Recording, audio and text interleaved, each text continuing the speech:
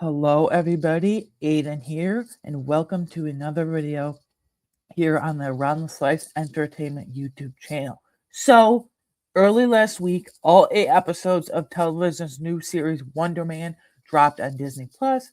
So, as always, with a new MCU project, TV, movie, or otherwise, I am here to give you my review and discussion for it. So let's hop right in. First of all, some background.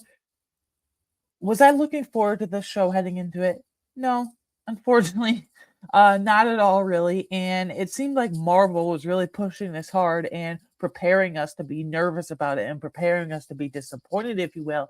Because for the last 2 or 3 months specifically, I feel like every other week, pretty much, we were getting a new trailer or teaser.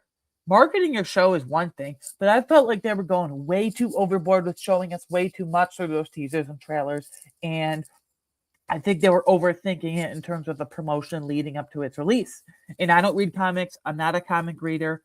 I know a lot of you out there though do. So I wasn't really interested in Wonder Man. And the trailers promote overboard promotion aside, trailers didn't really interest me. It felt like just kind of boring. I was like, okay, what is the point of this? How does this connect to the MCU? But after seeing all 8 episodes, I I am here to tell you, I am delightfully surprised. I was genuinely surprised with how good, actually, how freaking great and awesome Wonder Man was for Marvel television. In today's review, I'm going to give you my positives, negatives, final score out of 10, like I always like to do, just for fun. And then at the end, whenever a new MCU show comes out, I have to update my rankings, so I'm going to give you my updated rankings of MCU TV shows on Disney Plus as of February 2026. So you kind of have a gauge there going into our next show. So, anyways, genuinely shocked with how freaking great and awesome this show was. Number one, positive. Now, this might seem like, okay, who cares where the show takes place? Who cares if it's East Coast or West Coast? I really enjoyed the LA setting. I really enjoyed the West Coast setting. I'm sick of the East. Well, I live on the East Coast, so I'm not sick of it. But for Marvel television shows, I'm sick of the East Coast setting. How many freaking heroes can we have running around New York City and New Jersey and they don't meet each other? That setting's overdone. They've overplayed their hand, if you will, I feel like, with that whole New York City, New Jersey thing. We don't get to see really West Coast superheroes much. And I really enjoyed the LA setting. And obviously, Hollywood, LA, that area, I really like how this show was more like inside baseball in terms of seeing the inside of the movie industry, seeing the inside of the Hollywood, the inner workings of and networking of Hollywood. And I really like how this show was able to kind of make fun of itself with the whole Trevor Slattery thing and the Mandarin thing, and like, oh, that was stupid, and make fun of that whole disaster. Because I agree, it was a disaster. Shang-Chi makes it a little better, but my stance is if a movie has to carry another movie for you to make it better, then it's not good in the first place. But I like how this show is keep it lighthearted and able to make fun of itself, and I enjoy the Easter eggs, nods, references here and there to movies and shows, whatever you want to call it, like the Netflix reference. They throw a Severance reference in there. The whole Josh Gad episode, that bit was hilarious to me. It's kind of like seeing inside baseball, that whole industry. And yeah, I really enjoyed the subtle Easter eggs and nods, but mainly LA, where it takes place. I love a fresh, new, brightened up setting as opposed to New York City and New Jersey specifically as a whole. How many freaking times can we go back there? Next, I want to talk about the tone of this show because it's only 8 episodes. Tonally, this is a great watch, man. This is an easy, brisk, lighthearted watch. Each episode is about 30 minutes long, around 30 minutes long, give or take. There's 8 episodes, quick math, 4 hours. You can get through this in literally an afternoon. I'm someone, I know I'm 22 years old, so like people my age love binging shows, love Netflix because they drop all their episodes at once. But I'm kind of like old school, you could say, even though I'm 22 years old, that I love the week-to-week model. I love building anticipation of a weekly show. The reason why I like this so much is because we get to talk about it with our friends and family. We get to build anticipation. We get to watch theories on YouTube. We get to make videos on YouTube like I do. But I think the show is one of the few exceptions where the binge model actually worked better because it's so lighthearted that there's not much week-to-week anticipation. There wouldn't be much storylines to talk about. So 4 hours, you can get through it in a whole afternoon. It's just a nice, brisk, lighthearted storylines, and there's barely any big stakes involved. Actually, I don't think there's big stakes involved at all. If you are looking for a nice, lighthearted show, new show to watch, that you don't have to invest much brain power into and think about too much, I highly recommend Wonder Man. MCU fan or not. Even if you fall off the MCU years ago, give Wonder Man a shot, please. I highly recommend you to. I highly implore you to do so. You'll have a really fun time with it. You don't have to invest much brain power because it's so lighthearted and breezy, and the stakes are like pretty much non-existent. Speaking of the stakes, this show, Wonder Man on Disney Plus, all 8 episodes, feels very detached from the rest of the MCU. And to me, that's a huge plus. That's a huge positive. The MCU nowadays, even though I think the hate was too overblown in phases 4 and 5, and then phase 6 kicked off with the Fantastic Four first steps last summer, I will admit, though, I can admit that it gets a little too crazy. There's too much timelines going on, and this is very small scale. It takes place in LA. It's more of a Hollywood comedy series, if you will, than anything else. There's no real stakes involved. It feels very detached from the rest of the MCU. Actually, they don't even mention a single Avenger. They don't even mention anything else going on at the MCU. No past or future events, no timeline shit, none of that. There's actually not a single cameo from an MCU character, hero, Avenger as a whole, and I really, really dig that. Because if there was a cameo or 2 or 3 or however many the hell they wanted to do these days, it would feel too entrenched in the craziness and confusion of the MCU these days, if you will. I really like how it feels detached. I really like how it is its own thing. And speaking of being its own thing, this show's writing. The writers were cooking, guys, in this show. When Trevor Slattery was announced to be a main character, there was always going to be some pushback. You either hate Trevor Slattery or you love Trevor Slattery. Jesus. Sorry about that. You either hate him because he's just annoying and obnoxious for the whole Mandarin thing, or you either love him because you think he's great comedic relief, specifically in Shang-Chi and the Legend of the Ten Rings, and Shang-Chi as a whole. I personally love him. I think he's great comedic relief. But when I saw that he was being elevated to a main character role with Simon Williams, I'm going to admit I was very skeptical because we've seen this 100 times over, plus more, that when you elevate a comedic relief side character to a main role in a movie or TV show, it gets very dicey 99.9% of the time. Whether it's Tomater in Cars and then going to Cars 2, whether it's the Minions with Despicable Me and getting their own couple movies, whether it's Finding Dory, although that movie is underrated, I feel, but whether it's Finding Dory with Pixar getting her own movie. But this is one of the very rare exceptions where I feel like elevating Trevor Slattery as a comedic relief character into his own role, him making fun of himself for the Mandarin thing, worked perfectly.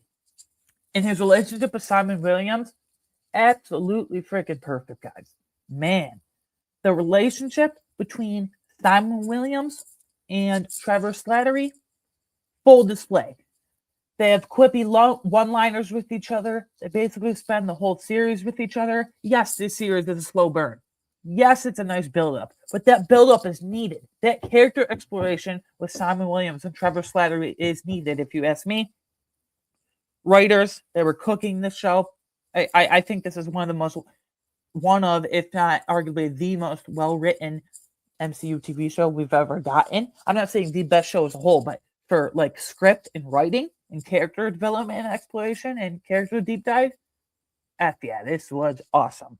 I love their relationship. I love by the end that Trevor Slattery sacrifices basically his life, not like in an actual literal sense, but figuratively with jail and stuff, sacrifices his life figuratively for Simon Williams, for Wonder Man, so he can live out his best life, so he can live out his dream of being a full-time actor. That was really, really cool to see. And their friendship grows and grows. And that's why I said a binge model works best, because this is more of a slow burn episode. It lacks some action. And I feel like people will get bored with it if we have to wait a whole week. This is lighthearted and brisk. You don't need to wait a whole week, 8 weeks for this little MCU show like this. Binge model worked perfectly. The writers were cooking. Negatives. I talked about a lack of action. Although I like the character exploration, the character relationships, and deep dive between Simon Williams and Trevor Slattery, I did want more action throughout. I know the finale has quite a bit of it, and I know the finale is chaotic in terms of action and superpowered human beings with Simon Williams. But I wanted more exploration of his superpowers and more action and hand-to-hand combat scenes throughout the series as a whole, not just the finale. I thought it was kind of lacking action. I just wanted just a bit more action besides just the finale, and I wish they would have put his superpowers on display more than they did, because they barely did. Again, stands the finale outside of that. So, next, this isn't some irreconcilable issue.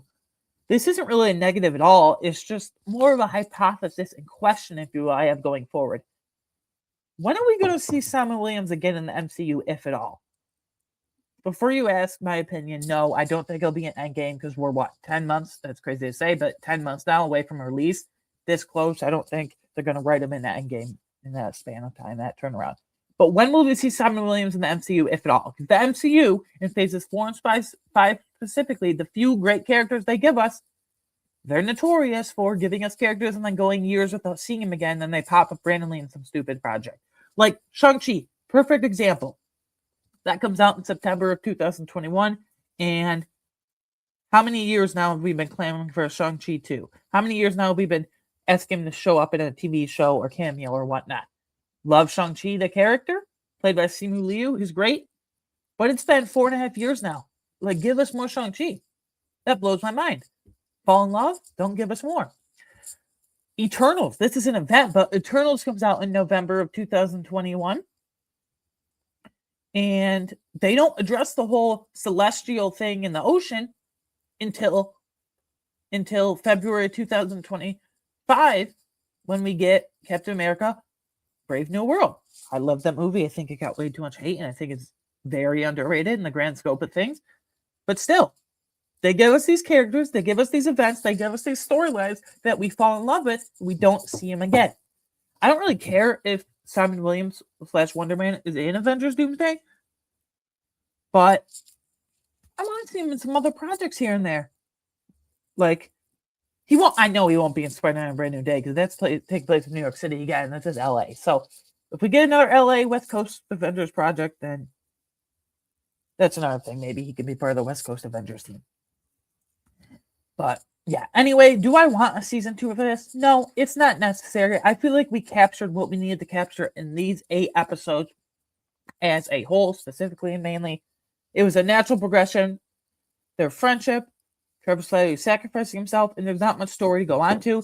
I don't want a season 2 because I'm worried it will tarnish the legacy and greatness and awesomeness of this first season. I think it's great. 8 episodes. By the way, all Marvel show standards going forward should be 8 to 10 episodes at minimum. Enough of this bullshit 6-episode crap that you have to rush through, and finales all over the freaking place. Anyway, final score. I'm going quite high for this. 9.25 out of 10. Wonder Man was freaking awesome. Anyway, here are my updated MCU TV show rankings as of February 2026. There's 14. Some omissions quick. I'm not including What If. I don't really count that as a show. I tried to get into it, watch season 1. I just couldn't. The alternate scenarios weren't interesting to me in the least. Echo, I've heard that's kind of a throwaway 4-episode series. Probably won't ever watch it. I'm not including any of the mini-series shorts like I Am Groot or Director by Night. The Black and White Project in the what takes place years ago in the timeline. But yeah. Anyway, number 14. This is the only show I feel like is truly downright terrible in the grand scope of the MCU. Secret Invasion. I don't give a shit about the Skrulls. I mean, they fumbled the bag so hard. Gaia is like arguably the most powerful being in the MCU with her superpowers. And they treat your character like she's a peon or something. So, yeah. Number 13. I was really disappointed. I was actually looking forward to this show because Riri Williams, who's obviously Ironheart, was great when she was in college in the second Black Panther Wakanda Forever. But this show should have came out right after that movie in December of 2021, not July of 2025. Too little, too late. So at number 13, I have Ironheart. At number 12, I know this is going to be a lot higher for a lot of you.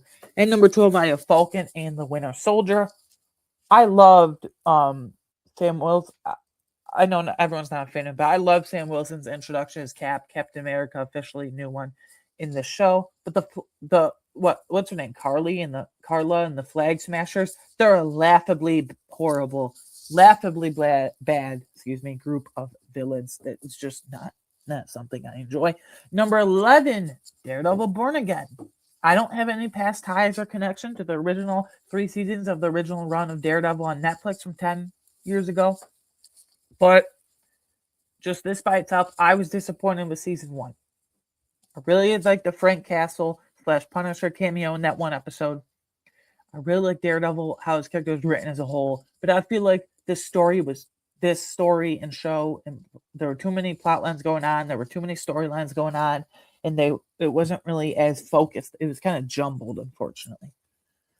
At number 10, the animated series, there's 4 episodes, Eyes of Wakanda. This is good. The animation wasn't the best. The animation wasn't my favorite. I got used to it after a bit, but still, and it was just kind of like, that's kind of weird. Again, this is another one like Ironheart. If this had come out around Black Panther Wakanda Forever, I'd have it not much higher, but a little higher. So a little higher for sure. The huge positive though, I love the world of Wakanda. I love the Wakandans. Nice lore building there for that world, but not much story and plot and substance going on, unfortunately. Number 9, a show that I think is very overrated, Moon Knight. It started out decently okay, but then towards the end it got effed up. It got weird. That whole hippo and the whole dream world and that whole sequence was awesome. I will note though, easily the best thing to come out of this entire show, well, Ethan Hawke's pretty good, but easily the best thing to come out of this entire show, Khonshu as a villain. That dude is F me up. That dude is freaking scary. That dude will blow your shit up. He is one intimidating villain. Khonshu's easily the best thing to come out of that show, but I think the writing this show as a whole is very overrated in my opinion. Number 8, another show I think is just a bit overrated, not as dramatically as Moon Knight in my opinion. At number 8, I have Agatha All Along. We didn't need a spinoff of WandaVision for the neighbor, Agatha Harkness. This is a show that I actually thought the first 2 or 3 episodes are pretty good, and that got progressively worse and worse, and the writing declined. A lot of people think this is great and loved it. I think it's just good, not great. It's like 7.5, 8 out of 10 territory, something like that.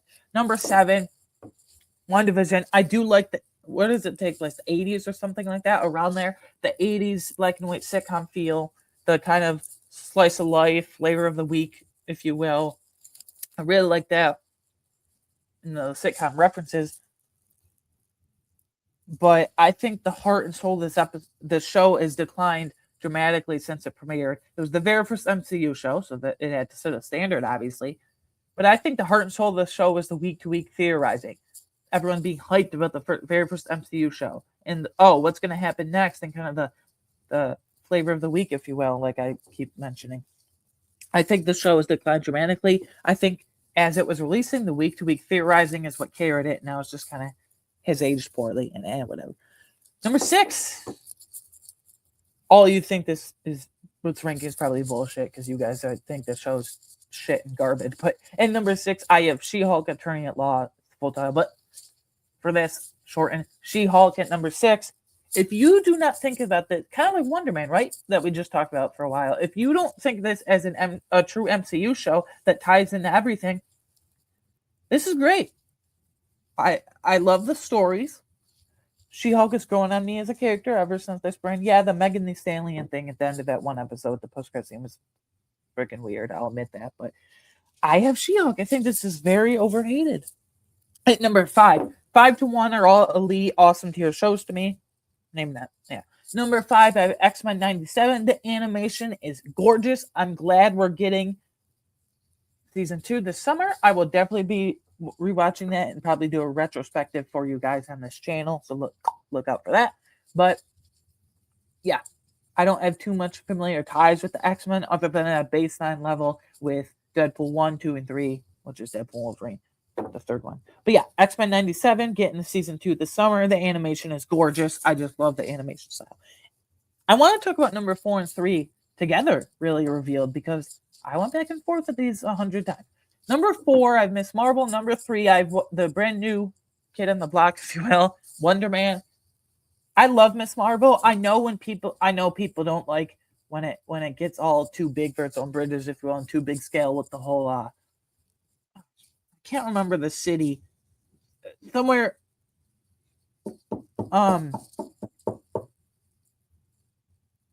the city they go to, basically it becomes into a big globe-trotting event, foreign adventure, and people don't like that. They want it small scale. I loved it. I actually thought it should have been more past exploring in terms of the lore with Miss Marvel and her family. But yeah.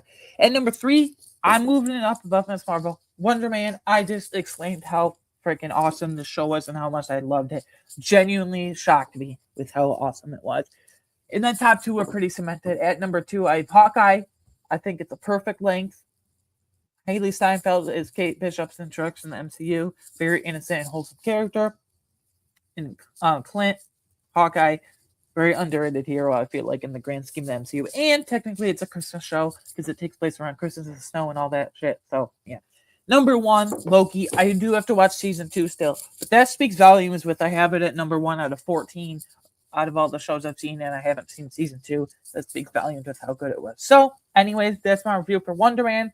And updated list from 14 to 1 of my MCU TV show rankings as of February 2026. So we have a baseline going forward into the next show, which is X-Men 97 season 2 this summer. No, wait, which is Daredevil Born Again season 2 in March, and then X-Men 97 this summer in a handful of months. So anyways, guys, for what's to come, we always have fun and exciting videos and content coming out on this channel almost nearly multiple times a week, nearly on a daily basis at this point. But for regular scheduled programming, you can expect a Night of the Seven Kingdoms every Sunday night.